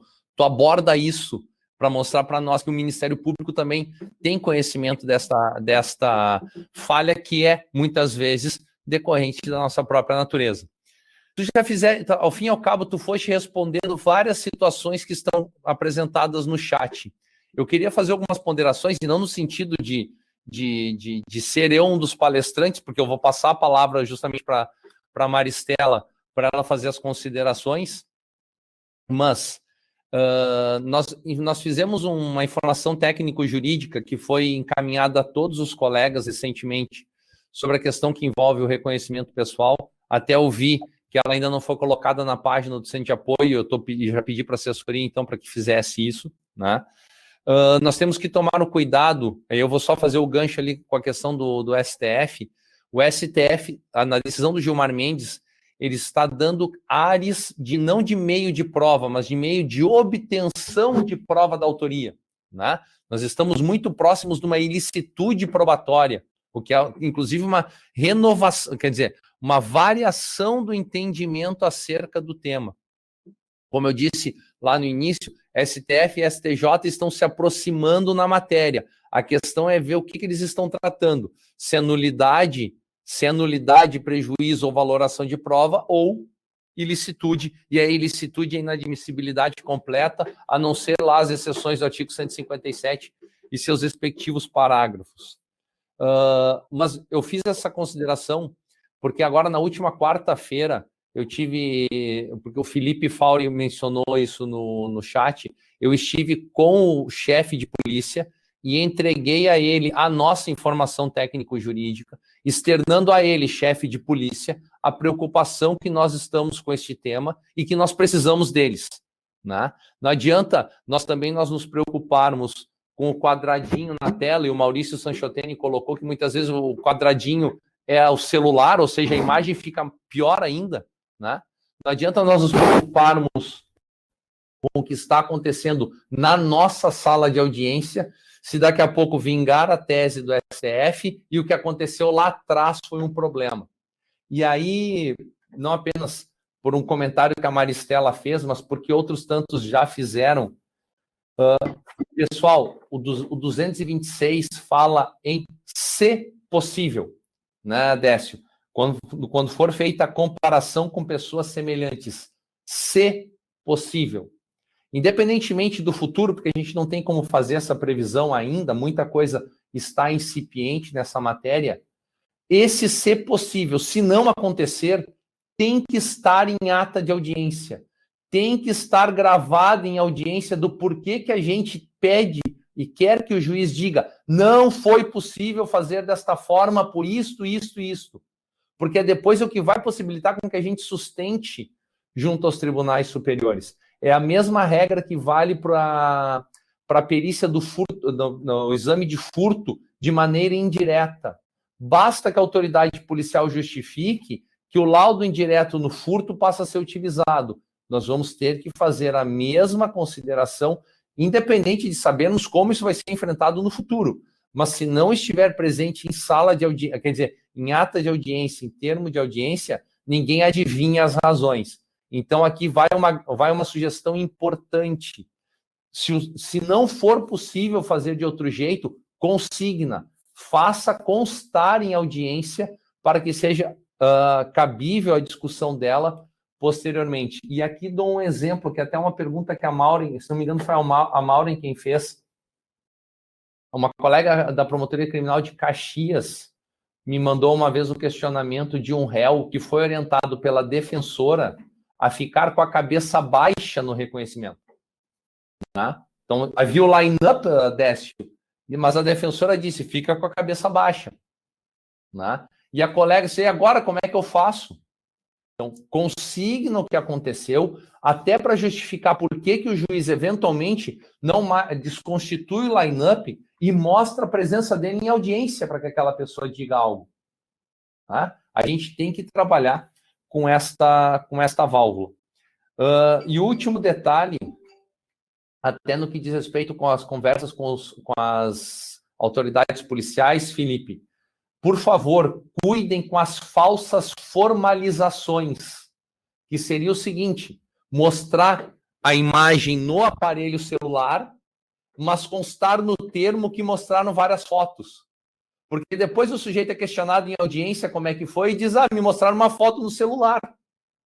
E aí cai tudo por terra. Isso aí também foi uma situação que nós conversamos com a chefia de polícia, e na medida que vocês tenham contato com as autoridades policiais das comarcas, que tomem essa cautela. Bom,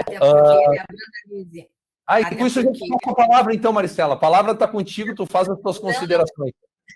Apenas complementando isso que tu referiste, até porque na pandemia agora, a polícia acabou adotando como praxe também encaminhar fotografias do WhatsApp para a vítima fazer o reconhecimento, né?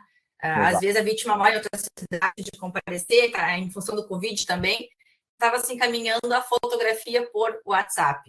E até a autoridade policial perguntou, então, podemos mandar, então, várias fotografias? Bom, se vai ser feito pelo WhatsApp via fotografia, se encaminha, então, acredito eu, uma série de fotografias, uma foto de várias fotografias, uma ao lado da outra, mas não encaminha aquela única fotografia para reconhecimento, né? Então, com certeza, evade nulidade conforme esses entendimentos todos aqui. Mas como tu disseste, a gente tem que se adequar ao que nós estamos vivendo com esses entendimentos, porque, como a gente fala, a praxe do dia a dia tem uma série de situações que impedem, às vezes, de se cumprir, então, o artigo 226, né?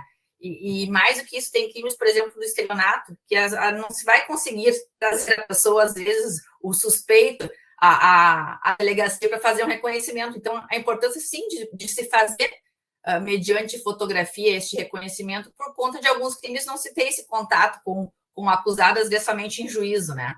Mas eu acho que nós, promotores, temos que nos aproximar dessa realidade e conversar, assim, e orientar a autoridade policial que exerce, né, Rodrigo? Em Montenegro, eu passei, inclusive, a recomendação do CAU aos delegados de polícia, né, sugerindo e orientando como eu disse, para a gente conseguir trabalhar da melhor forma possível na valorização desses elementos de prova. E, de novo, tentar trabalhar não só com esse elemento. O Décio falou uma coisa importante ali, né? Às vezes, de conseguir demonstrar que aquele réu estava naquele local, né? As hélices ali, outros meios de prova que é importantíssimo e não ficar só na mão do reconhecimento. Se tu me permite, Maristela, só fazer uma partezinho, eu já tive a oportunidade de falar 2 vezes, tanto para a Polícia Civil como com a Polícia Militar aqui no Rio Grande do Sul. E eu sempre digo, eu sempre passo a mesma impressão. O STJ nos diz o seguinte: nós cansamos do que vocês estão fazendo. Não adianta. Esqueçam o que vocês fizeram, precisa mudar. E bem, independentemente do que isso nos cause enquanto impressão, a realidade está posta. Deixa eu só fazer uma provocação para vocês dois, então.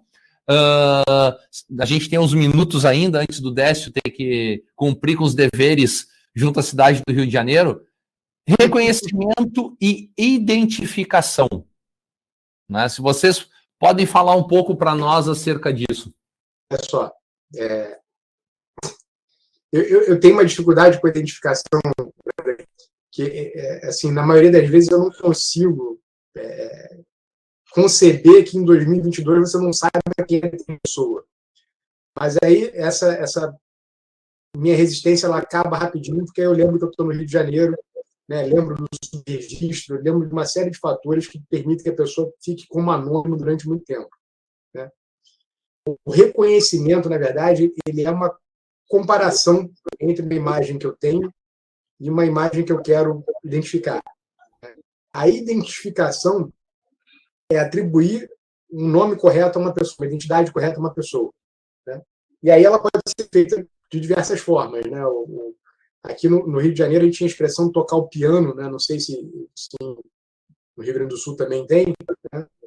Que era aquela situação que você pegava o sujeito, levava a delegacia, sujava a mão dele de preto e passava de piche, né? Ou de tinta, e passava para colher o padrão datiloscópico. Né? Hoje isso é vexatório, não pode mais ser feito, não pode mais ser exibido, mas permanece a ideia da comparação por padrão datiloscópico. E hoje o grande debate, me parece, né, é a questão da identificação genética, né, a obrigatoriedade ou não de identificação genética. Mas, enfim, para fins de discussão seria exatamente essa. A identificação eu vou individualizar do ponto de vista social um sujeito, e o reconhecimento tem uma comparação por um reconhecedor. Não sei se era essa a sua... Não, acho que vou me esclarecer um pouquinho mais. Uma coisa vou usar vocês dois, porque vocês dois aparecem na tela para mim, né? Eu sei quem é o Décio Alonso Gomes. E eu vejo na foto, esse aqui é o Décio Alonso Gomes. Né? Diferente, eu até vou usar de maneira, não de maneira aleatória, né? Mas é só porque ele é colega, então ele vai entender o uso. Maurício Sanchotene de Aguiar. Se eu não sei quem é o Maurício Sanchotene de Aguiar, eu preciso fazer um reconhecimento, eu preciso ver várias pessoas para tentar, a partir daí, buscar apontar quem é o Maurício. Agora, diferente é quando eu já conheço alguém. Por exemplo, né? Décio Alonso Gomes, Maristela Schneider. Abre o Facebook que eu te mostro quem é. Né? Mesmo que apareçam outros nomes. Nesse sentido. Eu não preciso reconhecer, né, Brandalize? Eu já conheço a pessoa. O procedimento do reconhecimento é quando eu não conheço a pessoa, eu preciso comparar ela com... É isso que eu estou puxando de vocês o debate. Diferentemente, que eu vou dizer, o crime foi praticado pelo meu vizinho, pelo meu ex-companheiro. Eu não preciso fazer o reconhecimento, porque eu já conheço, né, o autor do fato previamente. Bom, a palavra ainda está com vocês e a palavra também está com a nossa audiência. Eu vejo que o João Pedro Xavier, que é o nosso colega que trabalha junto aos tribunais superiores, está manifestando alguma coisa. Eu fico no aguardo, porque ele sempre está as informações atualizadas dos tribunais superiores. A Maria Laura Moraes Luzardi, nossa colega lá de Pelotas, ela pergunta assim, ó, este reconhecimento seria necessário no caso de flagrante? Eu adaptei a pergunta, né, para não fazer a pergunta negativa, como ela colocou. Este reconhecimento seria necessário nas hipóteses de flagrante? Pode-se pensar na situação que aconteceu, o autor do fato fugiu, foi pego logo depois, não no momento mas naquelas hipóteses de flagrante logo após que foi encontrado, e aí sim, né, submete-se ao reconhecimento. É aquilo que o Décio falou, do mirar a arma. Pois é, e eu acho assim, esse reconhecimento em caso de flagrante é necessário quando o agente de captura é diferente de quem sofreu a ação, né? Então, para que se efetive a ideia de que o cara que foi capturado é realmente quem praticou o delito. O O nosso amigo e grande professor Antônio Suxberger colocou no YouTube, mas foi transportado para cá, né? Diferenciar o que seja o reconhecimento e a identificação, ou seja, já saber quem é a pessoa propriamente dita. E isso também é um detalhe importante. Mesmo, pode parecer bobagem, mas questiona isso.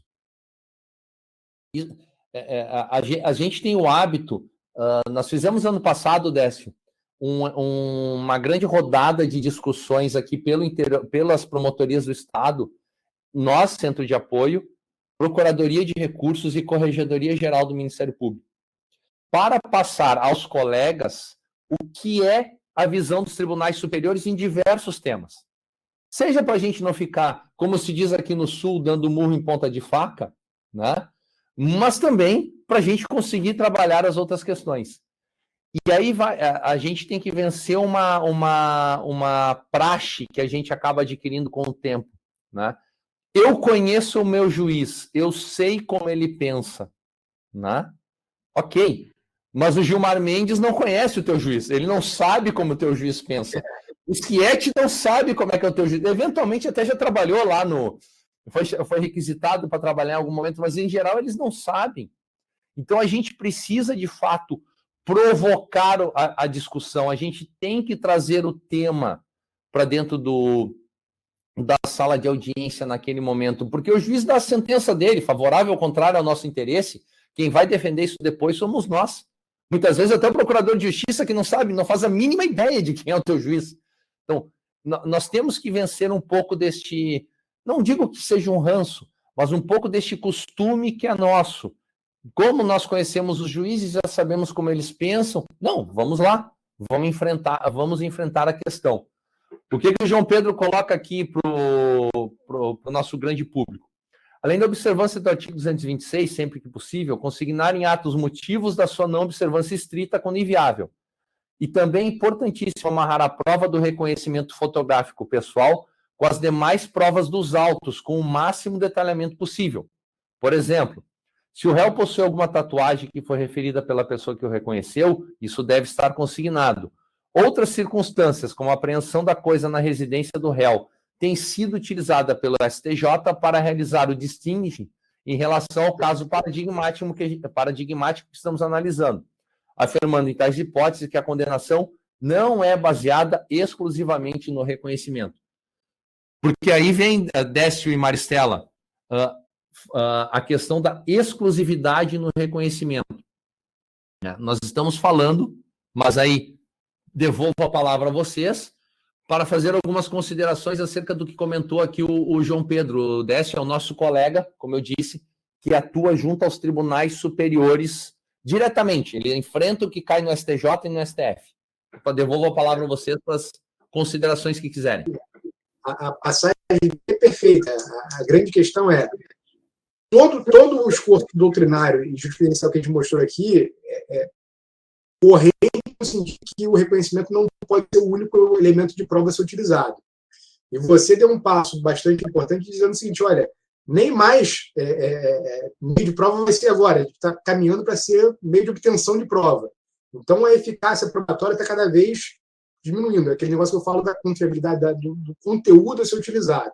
Né? Então, me parece assim, que realmente a gente tem que focar em outras fontes, outros elementos de prova para fins de condenação.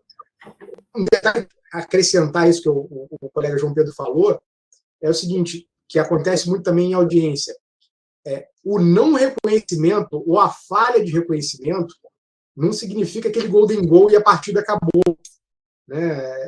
É importante dizer o seguinte também, o não reconhecimento não é causa obrigatória de absolvição. E é uma prática rotineira em juízos criminais. Não reconheceu, então absolve. Não funciona dessa forma. Né? Se eu tenho outros recursos disponíveis para se chegar à autoria, eu tenho que continuar perquirindo esses outros recursos. E, eventualmente, né, aquilo que eu mencionei, eu não sei nem se os slides ainda estão passando aí na tela. Mas aparece. O que eu mencionei aqui em relação aos problemas para o reconhecimento, eles podem afetar um reconhecimento de uma pessoa que sabe realmente quem foi que praticou o crime. Não é só, isso aqui não acontece só com um cara que não sabe quem é o autor e aponta alguém aleatoriamente. Isso aqui afeta quem sabe quem é o autor, né, e não é capaz de reconhecer esse cara exposto na frente dele. Seja porque ficou focado na arma, seja porque está muito nervoso, seja porque o ambiente não favorece, uma série de fatores. Então, a ausência de reconhecimento não significa a obrigatoriedade de absolução. Maristela, alguma consideração? Acho que só para a gente deixar bem, frisar bem isso que tu disseste, né, Brandalize? A questão da gente colocar essas questões em atas. Às vezes fica batida, a gente não se preocupa com a elaboração da ata da audiência.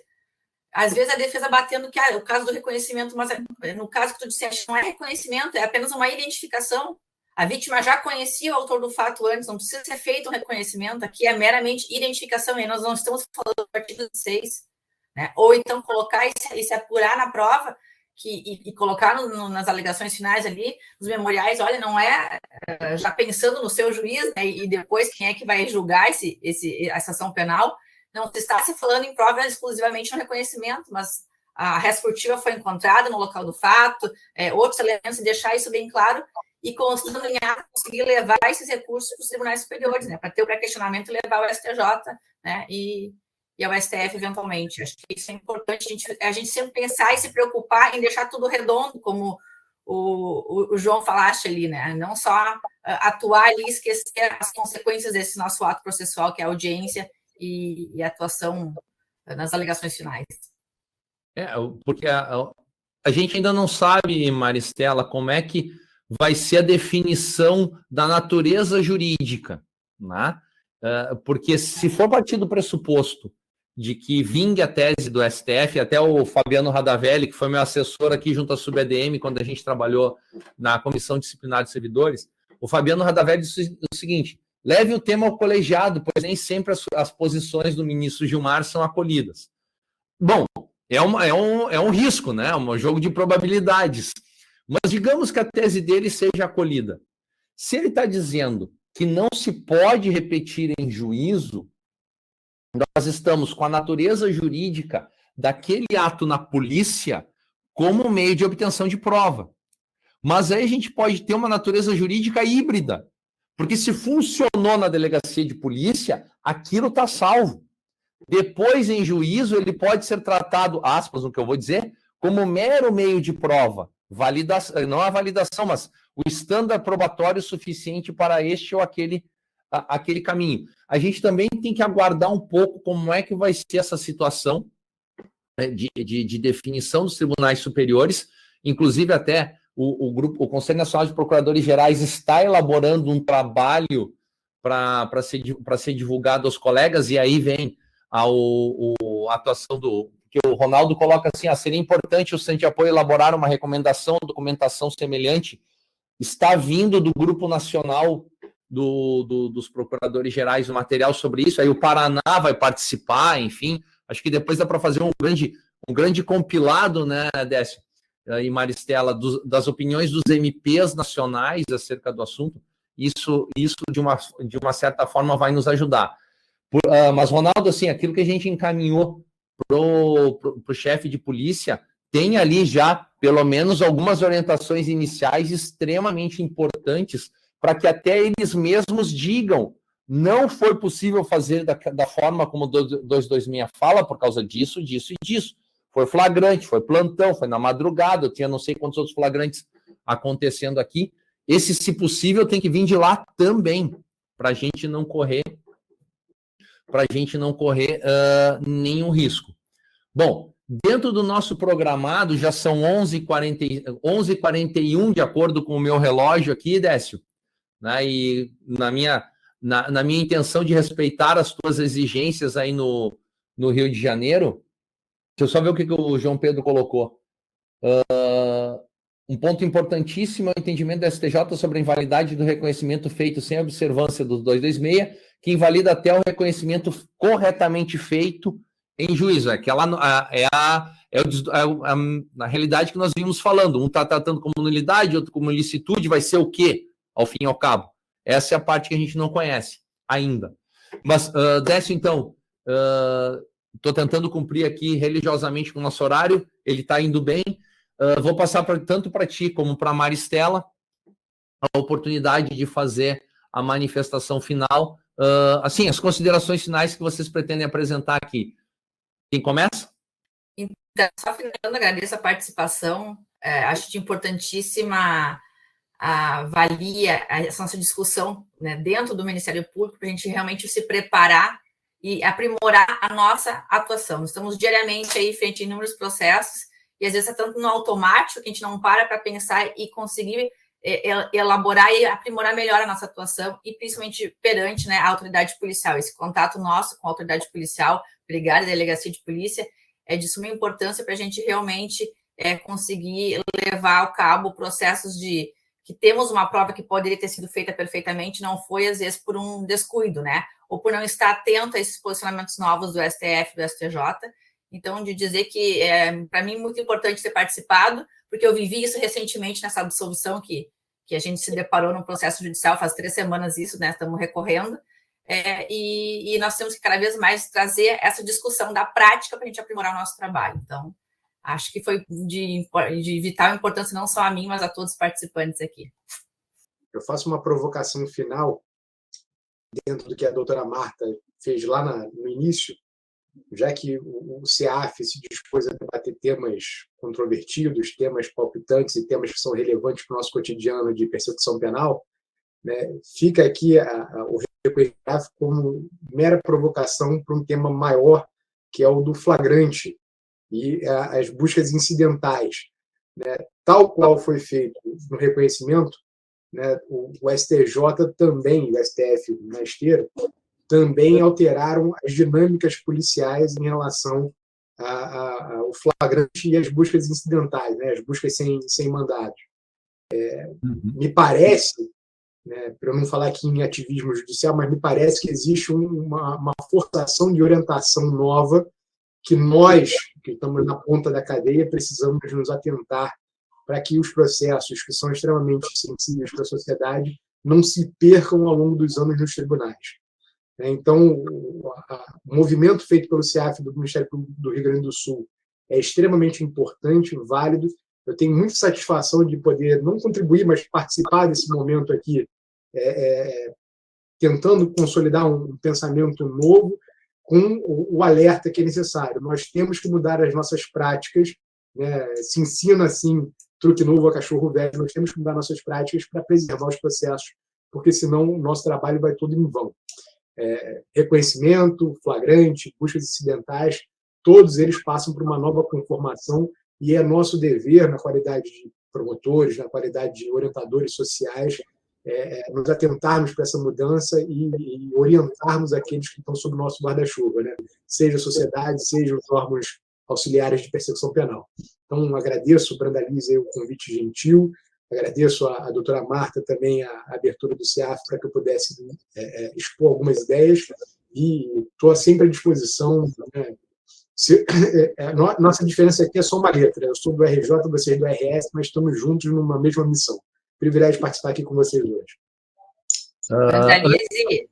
Diga. Aí o nosso novo tema de curso aí, ó, palestra, é realmente isso que o Dr. Décio referiu aí, que está acontecendo, está palpitante na prática jurídica e nossa, essa questão dos flagrantes aí, entrada nas residências sem mandado e a filmagem lá, autoriza entrar ou não autoriza entrar, que a polícia está fazendo, né? Então, deixa eu só aproveitar, né, nesse momento de finalização. Nós temos um recurso nosso deu origem a uma nova resolução geral no STF sobre a questão das entradas forçadas em domicílio ou não, no que diz respeito com a demonstração do consentimento. É outra nota que vai sair do Conselho Nacional de Procuradores Gerais. A gente já tem o material disponível aqui no centro de apoio, e em breve, sim, vamos para essa segunda etapa. É aquilo que eu disse, a gente olhou muito para o futuro, WhatsApp, Telegram e por aí vai, e esqueceu do passado, e o passado, ele vira e mexe, a história é cíclica e bate a nossa porta. Pode deixar, tá anotada a sugestão, e possivelmente, doutor Décio, o senhor volta virtualmente, pelo menos virtualmente, se não der pessoalmente, a falar. Aí, tem o Suxberger, pode trazer o Suxberger para falar sobre isso aí também. Vamos fazer uma mesa redonda sobre esse assunto. Só para antes de eu finalizar e para deixar registrado, porque eu não sei se o mundo do YouTube acompanha o nosso chat aqui, mas o João Pedro Xavier colocou que nós estamos discutindo nos nossos recursos que esse vício do inquérito não pode macular eventual ato judicial no futuro, na medida em que existe, dentre outras, né, o princípio da inafastabilidade da jurisdição. O juiz tem que tomar conhecimento das provas, desse material que lá era um elemento de investigação e hoje se torna prova no processo, além do direito à produção da prova ilícita garantido na Constituição Federal, como decorrência também que é do devido processo legal. O tema está em aberto, a questão é, a gente tem que começar a se adaptar, porque até que se mude qualquer entendimento, vários processos caminharam nessa estrada e a gente não sabe as repercussões disso tudo. Meus amigos Décio, Maristela, uma grata satisfação estar aqui com vocês hoje. A todos que nos acompanharam, chegamos a ter em chat 105 pessoas assistindo, afora todos aqueles que nos assistiram pelo YouTube. Meu agradecimento, esse material fica à disposição para quem quiser explorar depois e conhecer mais, debater mais sobre esse tema. E mais uma vez agradecendo aqui, não só a todos que palestraram, que assistiram, mas especialmente ao CEAF, seja por sua diretora, seja por seus servidores, que possibilitaram a nossa conversa no dia de hoje. Muito obrigado e acompanhe sempre os cursos do CEAF, porque ao fim e ao cabo a qualificação é do Ministério Público. Forte abraço a todos.